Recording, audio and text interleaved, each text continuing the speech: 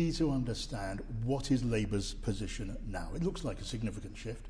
Yes, what we've said is that any deal that goes before Parliament, no deal or a Tory deal, should be put to a public vote so that people can decide whether they wish to accept that position or as an alternative to remain in the European Union, because I believe both Conservative leadership candidates are vying with each other in the extremities of no deal, and I think that is very dangerous to our economy, to food supplies, to medicine supplies and to industrial investment. Have you given in to pressure here from colleagues and from the mass membership, or have you changed your mind? What I've done is what I think a leader should do, and that is spend some time listening to people. Many of my colleagues have found this a very frustrating experience because they've said, why don't you just tell us what to think? And I said, no, I want to take the movement with me. I want to take the membership with me. I want to take the unions with me. I want to take the public with us if we can, because this is a very important time for this country. However you voted in 2016, you have a stake in the future. The future, how much investment we have, what trade we have, what jobs we have, or do we go into the scenario which Hunt and Johnson are discussing with each other, if that's how you can describe their debate, of having a sweetheart deal with the United States, which would, I believe, bring us deregulation of our environment and food standards, and I think ultimately a damage to workers' rights and other things in this country. We have to have a trade relationship with Europe in any scenario in the future. But you have backed off here. You never wanted this position. You didn't want to upset Leave supporting, perhaps, future Labour voters. I want to bring people together. People voted Remain or they voted Leave in 2016. As I've often said, if you voted Remain in Tottenham and you're on universal credit and you're living a very difficult life with insecure work, poor quality housing, and you want something better, you probably voted Remain, as most people in that area did. If you're living in the East Midlands and you're faced with exactly the same problems as people in Tottenham, you might well have voted Leave. In reality, your interests are the same. You want a government that will get rid of universal credit. You want a government that will invest in your future. You want a government that is going to invest in your community. Many communities that voted Leave, you can just take a parallel to it, had almost no investment since the end of the miners' strike and have only seen low-paid, poor-quality jobs as a replacement for the industrial jobs that were lost in the past. A Labour government with a national investment bank, with regional transformation funds investing in all parts of our country, will make a huge difference. And I want the space to make that argument, to put that case to people, and I do think that we have to say no to no deal, because no deal would be disastrous for people all across this country. That's why I've come to this position after an awful lot of listening to an awful lot of people, most of them actually in this room. Okay, you promised to observe and follow the results of the 2016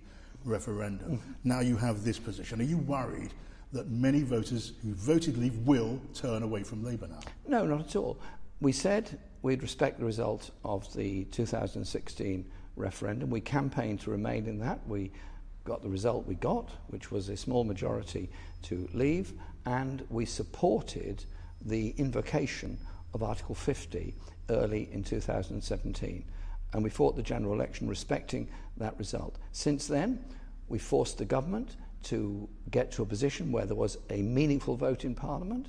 We forced the government to accept there was a majority in Parliament against no deal, and we also, for the first time in recorded history, said the Parliament held the government in contempt because of the way it had refused information to Parliament. So I think we've fought a very good piece of opposition to what the government's been doing. Leave voters, Jeremy, Leave voters may argue that they are betrayed. Can I finish, please?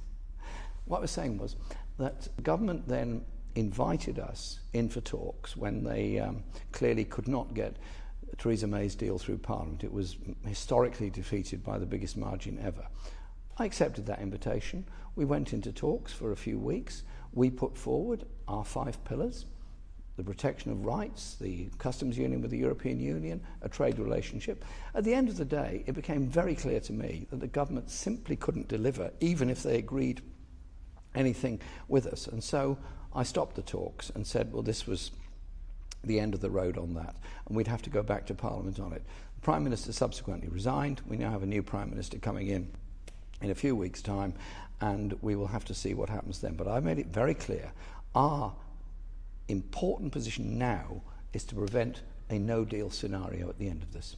Okay, what about the next election? What will you say at the next election if there's no Brexit by then? Well, the next election will come when it comes. It could be this October, it could be next year, it could be even 2022. I don't know any more than you do. What you've probably gathered from this discussion is that we have a very large party, a very large membership, and many parts to our party and our movement. We have a democratic process. We will decide very quickly at the start of that campaign exactly what our position will be, because we don't know by that stage whether we'd have left the EU, still in the EU, or in the process of a parliamentary struggle with Johnson or Hunt trying to take us over a cliff edge, and hopefully a majority in Parliament saying we're not going over that cliff edge because we want to protect jobs, we want to protect rights, we want a trade relationship with Europe in the future. We don't want our NHS handed over to American healthcare companies, which is exactly what Hunt and Johnson are proposing to do. But we don't know as of now whether Labour is a Leave or Remain party. That's still a question. We will give people the choice on this. That is surely something that's very important. We respect the result of the referendum. We've been through this whole long parliamentary process for the past 3 years, and we've said, made it very clear, we'll do everything we can to take no deal off the table or stop a damaging deal of the sort that Hunt and Johnson are proposing. Now, a referendum this side of an election, it's obviously not for you, it's for the next Conservative Prime Minister. Well, the whole thing only of in a referendum part, could go away. Only in part. We will obviously make our case to Parliament. If there's a chance at the end of July, which I doubt, more likely in September, we'll make our case to Parliament of the need for a public choice and a public vote. Indeed, our conference last year, which after a lot of discussion came to a unanimous position, which did include the option of a public vote. I'm taking that stage forward now to say we support that public vote. Okay, so the question of Leave or Remain, that is for the future. We'll decide our policy when the election comes, but at this moment we will do everything we can to prevent no deal and give people a choice, whether it's that or remain within the EU. When the time comes, have you any idea in your own mind, if it comes to the point that you can offer a Labour Brexit, will members, will MPs be able to campaign for Remain as they choose?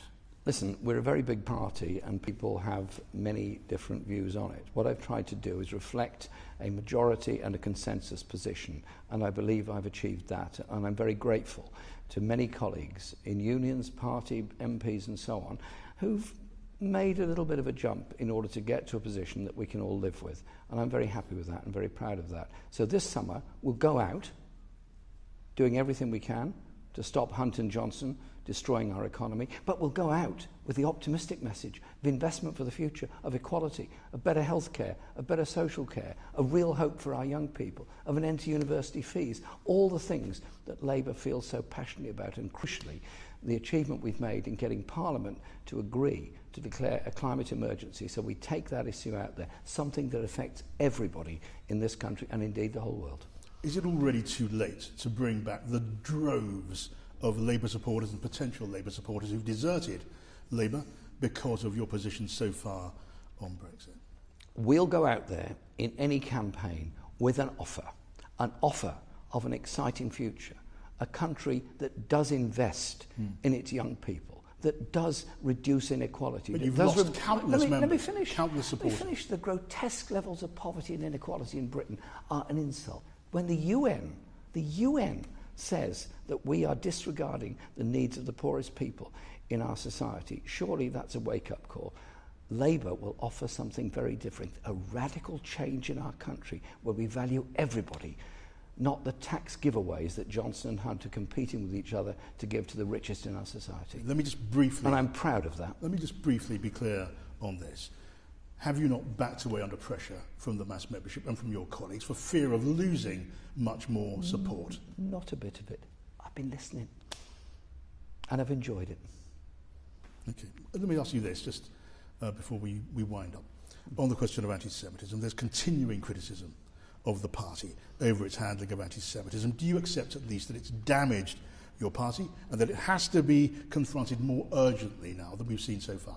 Anti-Semitism is an absolute evil in our society. It's an evil in any country where it raises its head.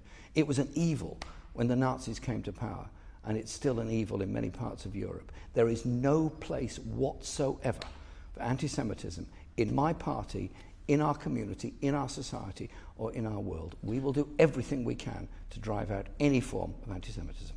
Rhetoric is fine. What more will and can you do? We have staff in place investigating every case where a party member is accused of it or involved in it. Action is taken against them, either suspension or expulsion, but always after an investigation and a due process. Jeremy, thank you very much. Thank you.